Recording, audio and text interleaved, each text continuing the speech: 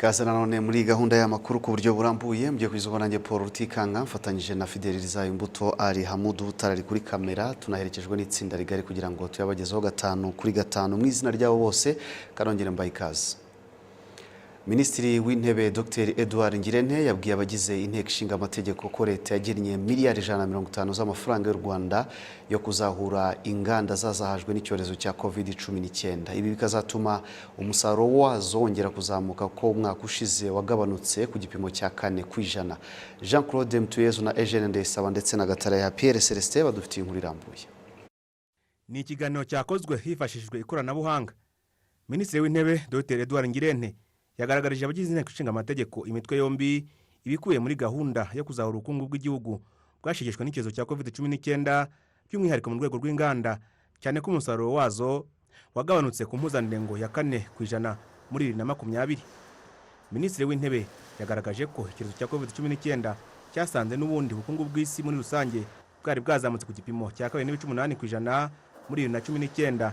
Ngiye byari biteganijwe ko buzazamuka ku gipimo cya 3.6% muri 2020 ariko ntibwazamuka uko byari biteganijwe.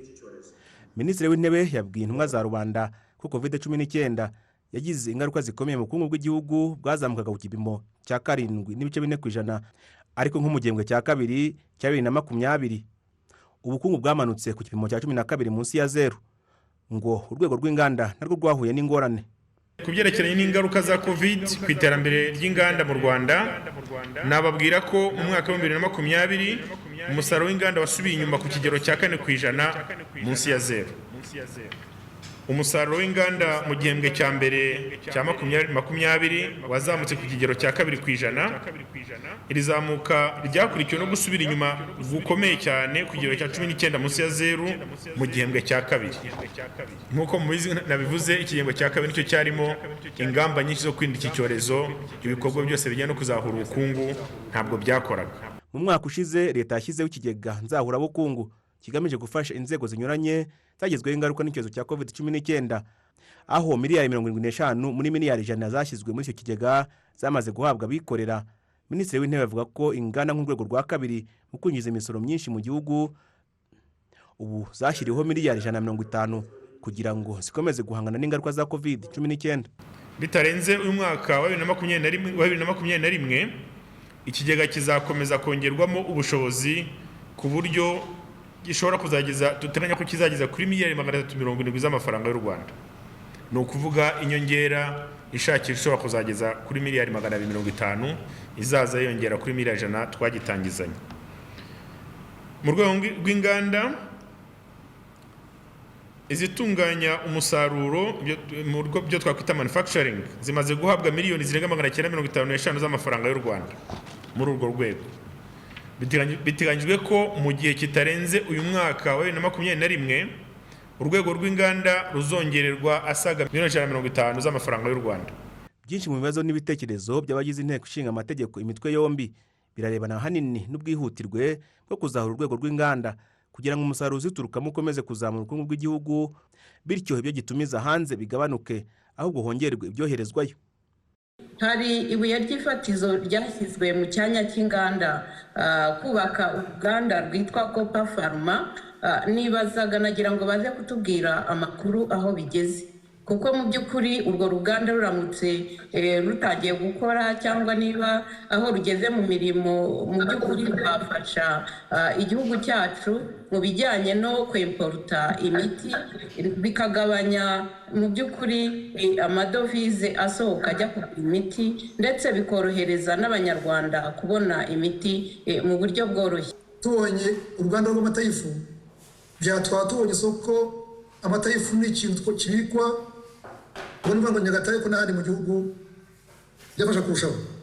Akwa speaker ari uruganda rw'inyama nkeneye rwose kumenya kwa Minisitiri w'Intebe agiye ikintu yabivuga kuko twarusha uruganda rw'inyama mu Burasirazuba Kayonza ariko ntitwongeye kurwumva se tuzo byako byagenze ariko ubona mu buryo ko byafasha abaturage cyane. Akwa speaker uruganda abanyarwanda basigaye bahinga ibigori n'igihingwa gishasha cyane kigana mu gihugu ibigori byateye imbere. Mu by'ukuri nkeneye kuza kumva mu bwoko bw'ibigori niba hari inganda zirimo gutegurwa kurushaho. Minisitiri w'Intebe yasobanuriye abagize inteko ishinga amategeko ko hakomeje gahunda yo kubaka ibyanya by'inganda 9 hirya no hino mu turere kugira ngo zikomeze gutanga umusaruro ugaragara, bityo intego y'uko urwego ruzatanga 21% by'umusaruro mbumbe w'igihugu muri 2024 izagerweho, kuko uru rwego rwari rugeze ku gipimo cya 19%. Jean Claude Mutuyezu, i Kigali. Duhindura ingingo tujye makuru arebana n'ubutabera. Urukiko rukuru rwa gisirikare kuri uyu wa kane rwakatiye Major Retired Habibu Mudatiru igifungo cy'imyaka 25 nyuma yo gusanga hamwe n'ibyaha birimo kwinjira mu mutwe w'ingabo utemewe, kugambira kugira nabi ubutegetsi buriho ndetse n'iterabwoba. Dive Wayo na Pierre Celestin Gatarayiha bari bahatubereye. Mu mpera za 2019 nibwo abantu 31 barimo Retired Major Habibu Mudatiru bagejejwe ubwa mbere mu rukiko nyuma yo gufatirwa ku butaka bwa Repubulika ya Demokarasi ya Kongo bakazanwa mu Rwanda ngo bakurikiranwe kuri ibi byaha.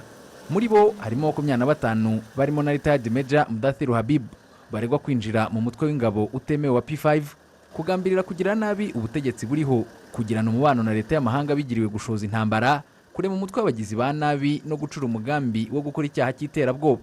Ubushinjacyaha bwari bwasabiye Mudasiru igihano cy'igifungo cya burundu, ari kuregwa nawe akaba yaraburanye yemera ibyaha ashinjwa uretse cy'iterabwoba. Nyuma y'umwaka usaga ruburanisha uru rubanza, kuri uyu wa kane urukiko rukuru rwa gisirikare rwasanze Retired Major Habibu Mudatiru ahamwa n'ibyaha 5 ari byo kujya mu mutwe w'ingabo zitemewe, ubwinjiracyaha mu cyaha cyo kugira nabi ubutegetsi buriho, kugirana umubano na leta y'amahanga bigiriwe gushoza intambara, kurema umutwe w'abagizi ba nabi, gukora no kugira uruhare mu bikorwa by'iterabwoba. Ni naho uru rukiko rwahereye rumukatira igifungo cy'imyaka 25, igihano kiri hejuru kubera ko nta mpamvu nyoroshya cyaha nk'uko urukiko rwabitangaje. Abandi bakatiwe igifungo cy'imyaka 25 barimo Private Muhire Dieudonné na Private Ruhinda Jean Bosco, urukiko rwagaragaje nk'abari mu buyobozi bwo hejuru muri P5. Uretse kuba bahamwe n'ibyaha bimwe na Mudasiru, kuri Private Muhire Dieudonné hiyongereyeho gukorana n'abayobozi b'imitwe y'iterabwoba irimo FDLR, RNC na RRM, gushishikariza abantu kwinjira mu mutwe w'ingabo zitemewe wa FLN ndetse no gutoroka igisirikare, byatumye uretse igifungo cy'imyaka 25 urukiko rutegeka ko uyu Private Muhire yamburwa impeta z'ubusirikare. Private Ruhinda Jean Bosco bisobanurwa ko wari umuyobozi w'itumanaho muri P5, wakaba yakatiwe adahari dore ko ataratabwa muri yombi. Abitwa Lieutenant Nsanzimana Patrick na Captain Rubwana Suleiman bo bahamwe n'ibyaha 4 muri 5 bari bakurikiranyweho, urukiko rukaba rwabahanaguyeho icyaha cyo kugirana umubano na leta y'amahanga bigiriwe gushoza intambara kuko ngo batari mu buyobozi bwo hejuru muri P5, bityo rubagabanyiriza ibihano rubakatira igifungo cy'imyaka 20. Muri 27 basigaye 18 bakatiwe igifungo cy'imyaka 15, bane bakatirwa igifungo cy'imyaka 8, umwe akatirwa imyaka 5, undi umwe igifungo cy'imyaka 4, undi nawe igifungo cy'imyaka 2 n'amezi 6 no kwamburwa impeta z'ubusirikare, undi akatirwa umwaka n'amezi 6, mu gihe ko Paul Kayiranga Viateri ari we wenyine wabaye umwere ndetse urukiko rutegeka ko ahita arekurwa. Nyuma y'aho urukiko rwari rumaze gusoma imyanzuro y'uru rubanza, bamwe mu baregwa bajuririye imyanzuro y'urukiko bakazageza ibirego byabo mu rukiko rwa gisirikare rw'ubujurire. Icyakora Retired Major Habibu Mudatiru ntabwo ari mu bahise batangaza ko bajuriye. Divin Wayo, Televiziyo Rwanda.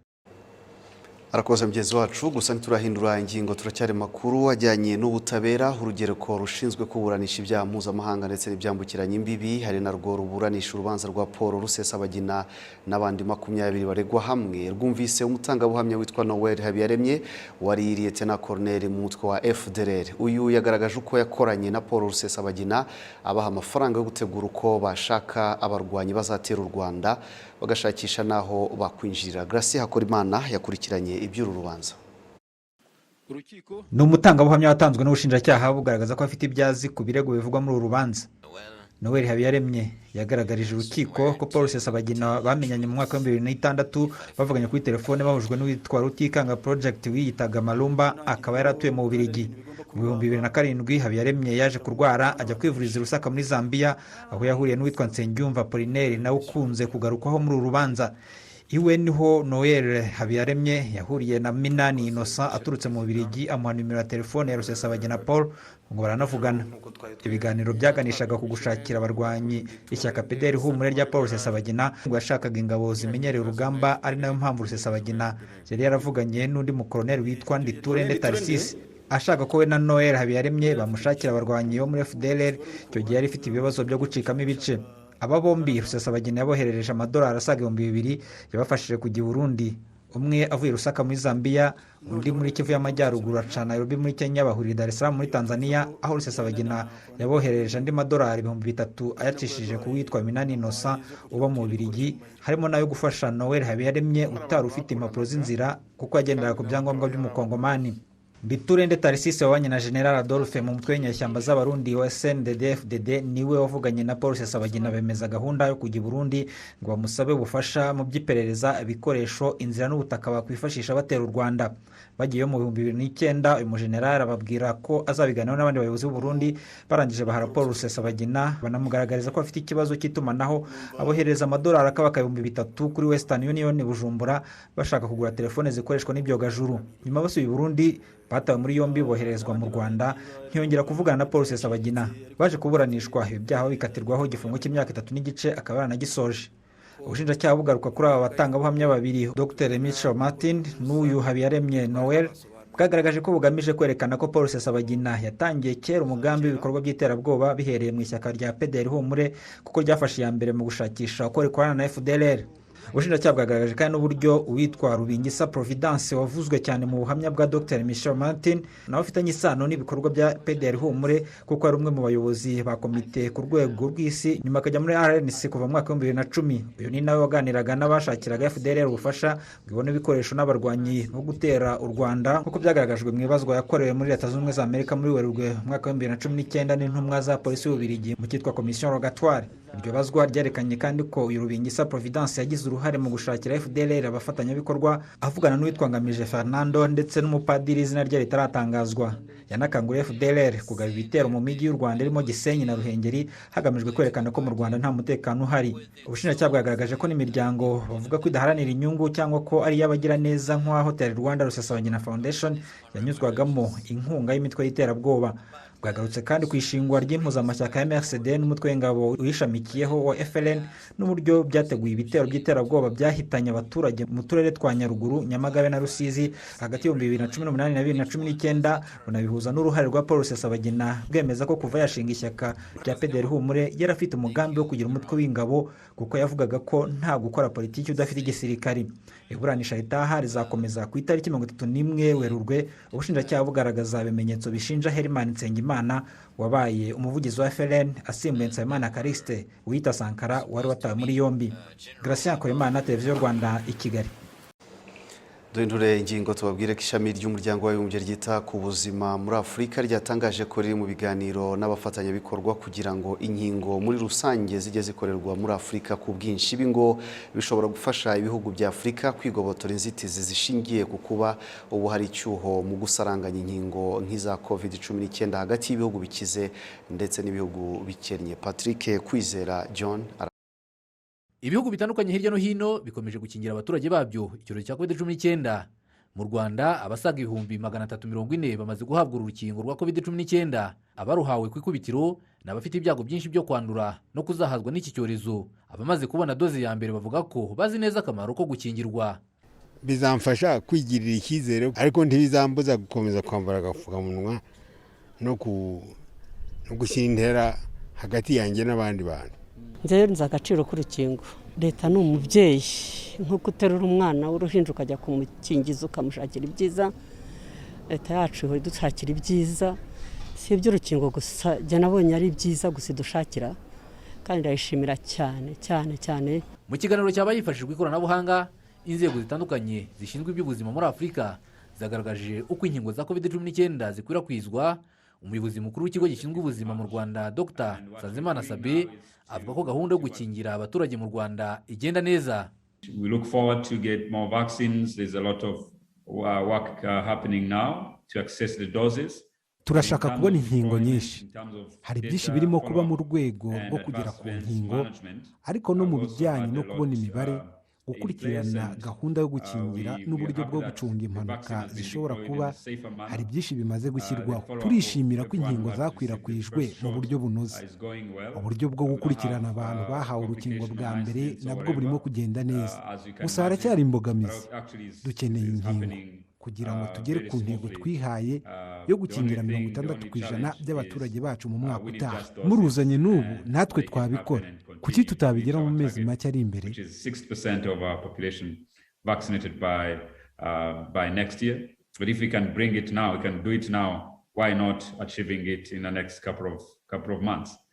Umwarimu muri kaminuza mu Bwongereza Profeseri Anthony Costello yagaragaje ko abantu badakwiye kwita ku bihuha bivuga amakuru atari yo ku nkingo za COVID-19 kuko ngo bishobora kuba inzitizi muri gahunda yo gukwirakwiza inkingo muri Afurika. Ubutumwa bwatangwa no kuri urukingo ntacyo rutwaye, abantu bagiye barutinya cyane nko mu Burayi. Havugwaga ibihuha bijyanye no kuvura kw'amaraso, ntekereza ko ibihuha byageze aho bikabya. Ariko ukuri nuko kugira iyi ndwara ya COVID-19 ibihuha nibyo bishobora gushyira umuntu mu kaga kurusha ibindi bibazo bivugwa ku rukingo. Niyo mpamvu tugomba gutanga amakuru meza, kuko iyo uhuye n'inkuru zitera ubwoba mu bitangazamakuru bitakoze ubushakashatsi, ibi bishobora gutuma abantu badashaka kwikingiza. Buri mwaka ku isi hakorwa inkingo z'ubwoko butandukanye ziri hagati ya miliyari 3 n'5. Gusa kubera igitutu cya COVID-19 kiri ku nzego z'ubuzima ku isi, ubu ikorwa ry'inkingo ryikubye inshuro ziri hagati y'3 n'5. Ku bijyanye n'ikibazo cy'uko ibihugu bikize bikomeje kwikubira inkingo, umuyobozi ushinzwe ibikorwa by'inkingo muri OMS ishami rya Afurika Dr. Mihigo Richard avuga ko kuba muri Afurika hamaze kuboneka inkingo 7,700,000 ari intangiriro nziza, ariko ko hakwiye gushakwa izindi ngamba zishobora gukemura ikibazo cy'inkingo mu buryo burambye. It is unfair, I believe, that some high-income countries are looking to vaccinate their entire populations. Ntabwo byumvikana. Ibihugu bikize bishaka gukingira abaturage bose, mu gihe ibihugu byo muri Afurika byo birimo kurwana no gukingira igice gito cy'abaturage. Ariko muri gahunda ya COVAX igamije gukwirakwiza inkingo, turimo kubona uburyo bwo kugabana inkingo. Igisubizo gishoboka ni ugukorana n'ibihugu bikize bifite inkingo nyinshi mu kuzigabana. Ikindi ni uguteza imbere ikoranabuhanga rihererekanwa mu kugabanya inzitizi zishingiye ku mutungo bwite. Turimo gukorana n'abandi bafatanyabikorwa mu guteza imbere gahunda yo gukora inkingo muri Afurika.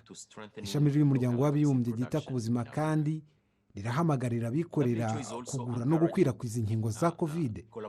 Urugero ni nk'ikigo cyo muri Afurika y'Epfo cya MTN kimaze gutanga inkingo 720,000 mu bihugu 9 bya Afurika. That has delivered over 720,000 doses to 9 African countries. Kugeza ubu ibihugu 32 muri Afurika nibyo bimaze gukingira ibyiciro by'abaturage bishobora kwibasirwa na COVID-19 kurusha ibindi. Ku mugabane wa Afurika kandi hamaze kugaragara abasaga miliyoni 4 banduye COVID-19 mu gihe imaze guhitana abasaga 110,000. Kugeza ubu kandi hari ibihugu 10 byo muri Afurika bitarabona urukingo na rumwe rwa COVID-19. Kwizera John Patrick, Televiziyo Rwanda, i Kigali. Makuru wajyanye n'iyobokamana kuri ubu Diocese Gatolika ya Cyangugu ifite umushumba mushya ariwe Musenyeri Sinayobye Edouard wahawe ubwepiskopi na Musenyeri Filipo Rukamba agaragiwe na Kardinali Anthony Kambanda. Aphrodis Muhire yadukurikiraniye uko uyu muhango wagenze. Mu birori bibereye ijisho ku munsi ukeye, imbaga y'abakristo barenga 500 biganjemo abihaye Imana baturutse imihanda yose y'isi barimo intumwa ya Papa mu Rwanda ndetse na Kardinali Anthony Kambanda n'abandi bepiskopi bo mu Rwanda bakiyoboye amadiyoseze n'abacyuye igihe. Musenyeri Sinayobye Edouard yahawe ubwepiskopi. Ni umuhango ukomeye wabereye kuri stade ya Rusizi waranzwe n'umutambagiro w'abapadiri ba diyoseze ya Cyangugu, unitabirwa na Minisitiri w'Ubutegetsi bw'Igihugu Gatabazi Jean-Marie Vianney wari kumwe n'abandi bayobozi mu nzego za leta n'iz'umutekano. Aryamye hasi ku igodora ry'umweru de yubitse inda mu bishura byera n'ingofero ya move, Musenyeri Sinayobye Edouard yahawe ubwepiskopi na Musenyeri Filipo Rukamba, umwepiskopi wa diyoseze ya Butare, ngo wamubaye iruhande kuva yatangira inzira yo kwiha Imana, dore ko ari nawe wamuhaye ubusaserdoti mu 2000. Nyuma y'iyi mihango, Musenyeri Sinayobye yambitswe ingofero n'impeta, anahabwa inkoni byose bya gishumba. Yahise yimukirwa mu ntebe na Musenyeri Rukamba n'abandi bashumba bari bamugaragiye, maze Musenyeri Sinayobye yicazwa mu ntebe ndende cyane ya gishumba. Abapadiri bose bamutambagira imbere bunama imbere ye nk'ikimenyetso cyo kumuyoboka. aha yari abaye umwepiskopi byuzuye, ahita anakomeza gutura igitambo cya misa anaha umugisha abari aho bose. Byari ibyishimo bikomeye ku bakirisitu gatolika bo muri diyosezi ya Cyangugu babonye umushumba nyuma y'imyaka 3 ntawe bafite, ngo uretse kumuyoboka nabo bazanamufasha bitangira gukora ibikorwa bazatumwamo byose. Ni inkuru nziza cyane twagize ubwo twabimenyeshwaga ko twahawe umwepiskopi, noneho by'umwihariko kuri uyu munsi rero twamwakiriye, babonaga ko ibyishimo byose rwose byadusabye, twishimye pe. Bigeze bavuga bati tubwire icyo ushaka gukora tugufasha, natwe rwose tuzamusengera, tuzagaragaza ubushake, dufite imbaraga, ubutumwa busabwa na diyoseze tuzabukorana imbaraga uko dushoboye kose kugira ngo tumufashe mu ikenurabushyo. Tumutegerejeho ubufatanye kandi mu bikorwa byose bya kiliziya nk'abakristu, nitwe muryango remezo wo hasi twiteguye kumwumvira, kumuyoboka kandi no kuba twajya inama mu mirimo ya buri munsi. Mu butumwa bw'umukuru w'igihugu Paul Kagame bwasomwe na Minisitiri w'Ubutegetsi bw'Igihugu Gatabazi Jean Marie Vianney, yasabye Musenyeri Sinayobye Edouard n'abandi bayobozi ba Kiliziya Gatolika kwita ku muryango n'urubyiruko bagendeye ku murongo igihugu cyihaye wo guteza imbere abaturage. Nyakubahwa Perezida wa Repubulika kandi arashimira umubano mwiza uri hagati ya Kiliziya Gatolika na Leta y'u Rwanda, kuri ubu ukaba uhagaze neza kurusha ibihe byose byatambutse.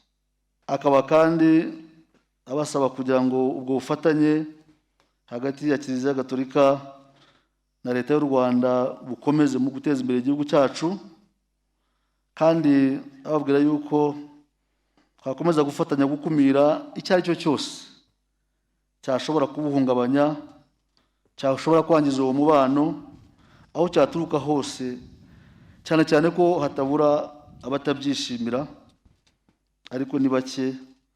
Abo bose rero tuzafatanye kubima amatwi.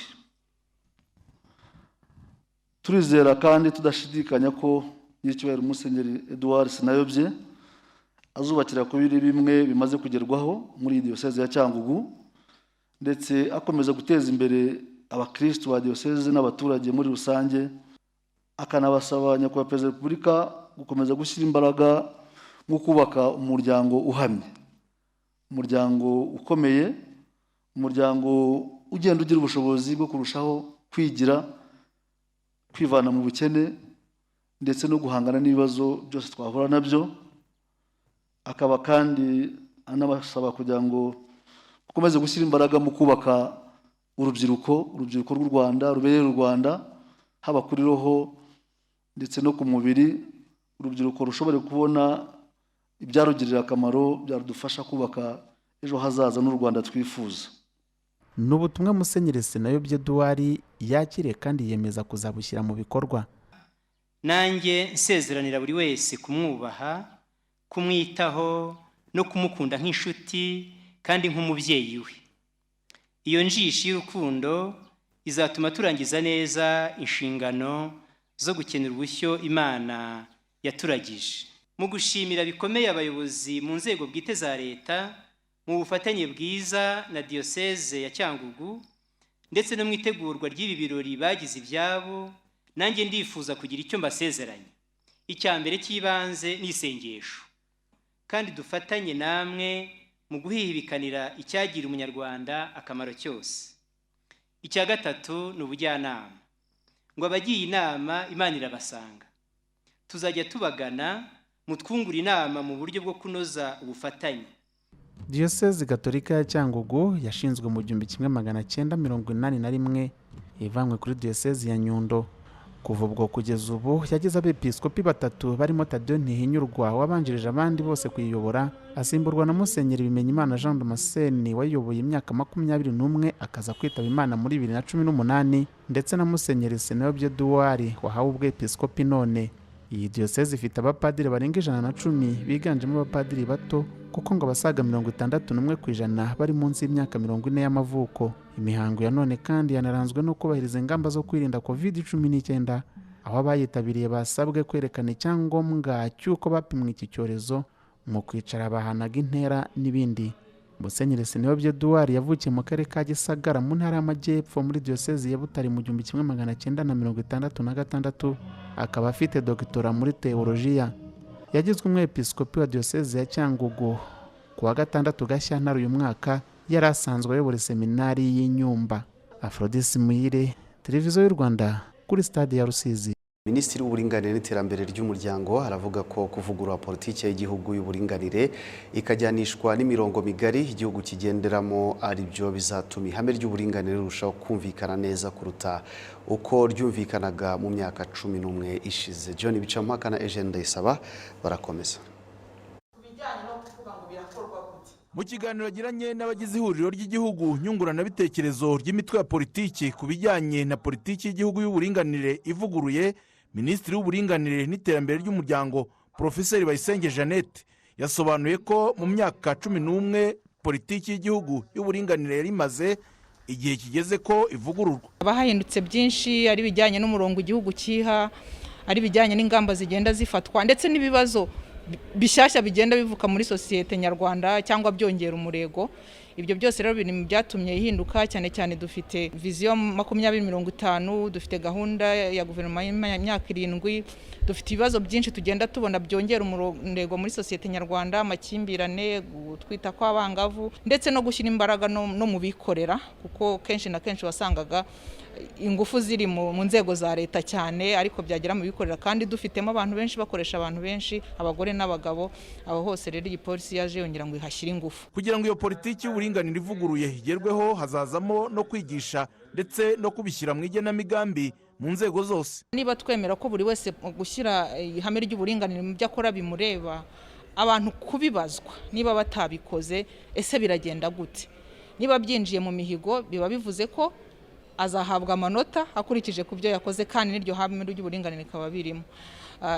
Ikindi cya kabiri twavuga, kwigisha mu buryo buboneye ihame ry'uburinganire, kubera ko byagaragaye ko ihame ry'uburinganire tumvishwe neza. Niba tuvuze gender tuvuze umugore kandi atari byo, cyangwa bivuze kwigaranzura umugabo, abagore barigaranzura abagabo kandi atari byo, ari uguha amahirwe angana ku baturarwanda bose. Bamwe mu bahagarariye imitwe ya politiki basanga iyi politiki ikwiye inyigisho zihamye. Hakwiye inyigisho zihera mu muryango hasi, hanyuma zikazamuka mu rubyiruko mu buryo bwo gushakana, ku buryo abantu bajya kubaka ingo mu by'ukuri bazi icyo bakora kandi bazi ko bagomba gushinga umuryango uhamye. Iyo umuntu bamubwiye bati iki kintu gifite inyungu, burya no mu mutwe bihinduka vuba. Bagiye bumva ko niba umugore ari mugenzi we, niba umukobwa ari mugenzi we, ko bafatanije ari byo byatanga umusaruro, bikamworohereza akunguka. Kandi noneho tukamenya itandukanyirizo y'umujyi n'icyaro, kuko nko mu cyaro harimo umugore ubyumva nabi akumva ko gender ari kujya mu kabari, kandi kujya mu kabari ese ni ngombwa? Iyo bibaye ngombwa se ni ngombwa kusinda?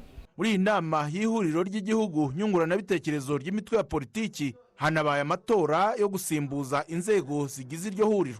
Honorable Uwingabe Solange wo mu ishyaka rya gisosiyaliste rirengera abakozi mu Rwanda PCR niwe watorewe kuba umuvugizi w'iri huriro, yungirizwa na Ngironsanga Jean Damascene wo mu ishyaka riharanira ubumwe bw'abanyarwanda na demokarasi IDPR muri manda y'amezi 6.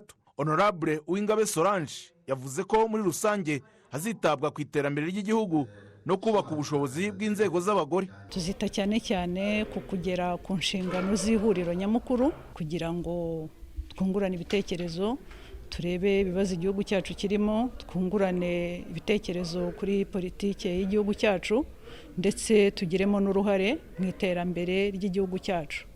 Ikindi muri gahunda y'ihuriro harimo kubaka ubushobozi bw'inzego z'abagore. Hanatowe kandi umunyamabanga nshingwabikorwa w'iri huriro Gisagara Theoneste, hanashyirwaho abagize komisiyo 3 zihoraho muri manda y'imyaka 5 ishobora kongerwa inshuro imwe gusa. John Bicampaka, Televiziyo y'u Rwanda, i Kigali. Tukiri hano i Kigali kandi kuri uyu wa kane ku bufatanye bwa Vivo Energy Rwanda ndetse na Greenleaf Auto Fast Limited hatangiye gushyirwaho sitasiyo rusange zongera umuriro mu modoka zikoresha amashanyarazi kuri sitasiyo za engine mu mujyi wa Kigali. Fisto Felix Habineza adufitiye inkuru irambuye. Hashize imyaka irenga 2 mu Rwanda humvikana ibinyabiziga bikoresha amashanyarazi byatangiye gukoreshwa ndetse ababikoresha bakabishima. Nyamara ariko hari hatarajya ahantu ha rusange ukoresha imodoka itwara amashanyarazi yakongereshamo umuriro igihe umushiranye. Ubu kuri sitasiyo ya Engine mu Kanogo hano mu mujyi wa Kigali, ufite imodoka nk'iyo ashobora kongereshamo umuriro nk'uko uhanyuze yongereshamo essence cyangwa mazutu. Iyi sitasiyo yubatswe ku bufatanye bwa Vivo Energy Rwanda na Green Leaf Autofast ni ya mbere muri aka karere yihutisha igikorwa cyo kongera umuriro mu modoka. Abashoramari bari muri uru rwego bavuga ko bahereye mu Rwanda kuko rworohereza abashoye imari mu bikorwa bitangiza ibidukikije.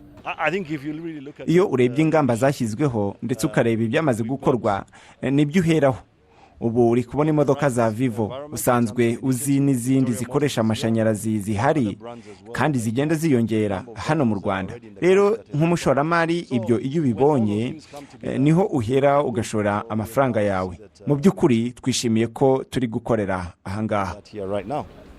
Banki ya Kigali, umufatanyabikorwa wa Vivo Energy muri iyi gahunda, igaragaza ko ibi biri mu mugambi wayo wo gufatanya na leta y'u Rwanda mu kwakira abashoramari bashora imari muri gahunda zirengera ibidukikije. I think it's interesting because they also project the transition from. Mpamya ko ibi ari ibintu byiza cyane kuko bigiye kongera ihererekanya ry'amafaranga hagati y'abakiriya na sitasiyo. Kuko n'abakiriya bafite imodoka zikoresha amashanyarazi nabo bagiye kujya bagana sitasiyo nta kibazo. Ibi byongera abakiriya kuko ihererekanya ry'amafaranga riba ryiyongereye. Ikigo cy'igihugu cyita ku bidukikije REMA kivuga ko mu bushakashatsi cyakoze umwaka ushize byagaragaye ko mu Rwanda 28% by'imyuka yangiza ikirere ituruka ku binyabiziga. Gusa ubuyobozi bw'iki kigo buvuga ko kuba imodoka zikoresha amashanyarazi ziri kwiyongera mu gihugu bitanga icyizere ko imyuka ihumanya ikirere iturutse ku binyabiziga igenda igabanuka. Juliet Kabera, umuyobozi mukuru wa REMA, ashima abikorera bari gushora imari muri uru rwego kandi akabizeza ubufatanye bwa leta. Niba tubonye iya mbere bivuga ko n'abari bazifite bari bafite wenda mu rugo cyangwa ku kazi aho imodoka ziparika baracyari bake, ariko dufite icyizere ko bazakomeza kwiyongera. Aba ni aba mbere, hari n'abandi tuzi bagiye kuzishyiraho mu minsi ya vuba. Abo bose twebwe turabakangurira ko bakomeza kuzizana muri leta izakomeza kubashyigikira nk'abashoramari barimo bashora imari mu buryo mu ishoramari rifasha mu kubungabunga ibidukikije. Sitasiyo ya mbere aho uwo umuriro ushiranye mu modoka yajya maze akongeramo undi yubatswe mu Kanogo hano mu mujyi wa Kigali, ndetse ikaba ifite ubushobozi bwo gushyira umuriro mu modoka z'ubwoko bwose zikoresha amashanyarazi. Ubuyobozi bwa Engine bukaba buvuga ko ari ibintu bizakomeza ku masitasiyo yose hirya no hino mu mujyi wa Kigali. Kenshi abakoresha ibinyabiziga bikoresha amashanyarazi bakunze kunenga umwanya umuntu amara yongera umuriro mu binyabiziga. Ubu buryo bushya bwa Green Leaf Autofast Limited buza bukemura iki kibazo kuko iyi sitasiyo ishyira umuriro mu modoka mu minota 15 gusa. Bateri ikaba yuzuye kandi ikaba ishobora kugenda ibirometero birenga 80 uwo muriro utarashiramo. Fiston Felix Habineza, i Kigali. Abashakashatsi ku mateka y'u Rwanda ndetse n'impuguke ku murage bashyizeho komite y'igihugu y'umurage w'isi izagisuzuma ibikubiye mateka y'u Rwanda bishobora kwinjizwa mu murage w'isi. Jean Paul Turatsinze afite inkuru irambuye. Aba bashakashatsi ku mateka y'u Rwanda, abarimu muri kaminuza ndetse n'abanditsi b'ibitabo bavuga ko abanyarwanda bataragira umuco wo gusoma no kwandika ndetse no gusura ahantu nyaburanga hagaragaza umurage w'u Rwanda. Bemeza ko bituma u Rwanda rutagira ibikorwa byinshi rwandikisha mu murage w'isi. Ibitabo byinshi tubona bigiye binafite ibyo ushobora no kumva mu matwi usibye no kubisoma nk'igitabo cyangwa se kubisoma kuri ibyo bikoresho. Nkibaza rero ko turi mu gihe cy'impinduka kizatuma abanyarwanda nabo uwo muco ndetse n'abanyafurika muri rusange bawugira, kuko ayo mateka tubika n'uburyo tuyabikamo dukora ku buryo byorohera buri wese, yaba umunyarwanda ufite ubushobozi bwo kuhagera, yaba umunyarwanda utabufite, ndetse bikagirwa no ku banyamahanga. Ntabwo ari ubwa mbere bigaragaye yuko ibitabo byanditse mu Kinyarwanda ari bikeya, ariko nababwira ko mu by'ukuri hari ingamba zigenda zifatwa kugira ngo muri ayo masomero ibitabo bibashe kwiyongera, kandi n'abasomyi babashe kubona ibitabo bakeneye, cyane cyane amasomero y'abaturage, kugira ngo abashe kubona ibitabo abaturage babasha kumva mu rurimi rwabo, ndetse babasha no gusobanukirwa, abaha ubumenyi bakeneye, amakuru bakeneye. Kandi tukabona ko ari ngombwa ko tugomba guteza imbere ururimi rwacu rw'ikinyarwanda nk'ururimi ruduhuza, nk'ururimi ruvugwa na buri munyarwanda wese. Mu by'ukuri mu gihe kiri imbere nk'uko wabyumvise, abantu bose bashakiye hamwe ingamba zatuma ibyo bitabo bigenda bigaragara, biboneka mu masomero atandukanye. Mu biganiro by'iminsi ibiri byari bihurije hamwe abafite aho bahuriye no kwandika cyangwa kugaragaza umurage w'u Rwanda, imiryango itari iya leta na zimwe mu nzego za leta, bashimangiye ko kuba nta rwego rwihariye rwari ruriho rushinzwe gukurikirana ibyashyirwa mu murage w'isi byari imbogamizi. Umunyamabanga mukuru wa komisiyo y'igihugu ikorana na UNESCO, Albert Mutesa, yavuze ko iyi komite yihariye yashyizweho bayitezeho umusaruro wo gutegura no gusuzuma ku bwinshi bishobora kwandikwa mu murage w'isi. Rero iyo tubishyize no muri uwo murage, tuba tubishyize ahantu abantu bashobora kuba babisoma, babibona, bakamenya iyo source y'abanyarwanda, uwo muco wabo, kuko abantu baza kubireba ahangaha no kubibaza, ese mwabigenje mute? Tuti dore tribunal cyangwa se ubucamanza bwa gakondo traditionnel bwacu bwadufashije guca imanza nyinshi mu gihe gito. Kugeza ubu inzibutso za jenoside yakorewe abatutsi za Nyamata, Murambi, Gisozi na Bisesero nizo zasabiwe kujya ku rutonde rw'umurage w'isi w'ishami ry'umuryango w'abibumbye ryita ku burezi, ubumenyi, umuco n'itumanaho UNESCO. Jean Paul Turatsinze, i Kigali. Mu izina ry'ekipe ngari yamfashe gutegura amakuru ndetse no kuyabagezaho, turabashimiye cyane mwe twabanye muri gahunda. Tubifurize gukomeza kugubwa neza n'izindi gahunda zitandukanye televiziyo Rwanda igiye gukomeza kubagezaho, ari nako dukomeza kuzirikana ndetse no kubahiriza ingamba zigamije kuturinda COVID-19. Mugire ibihe byiza.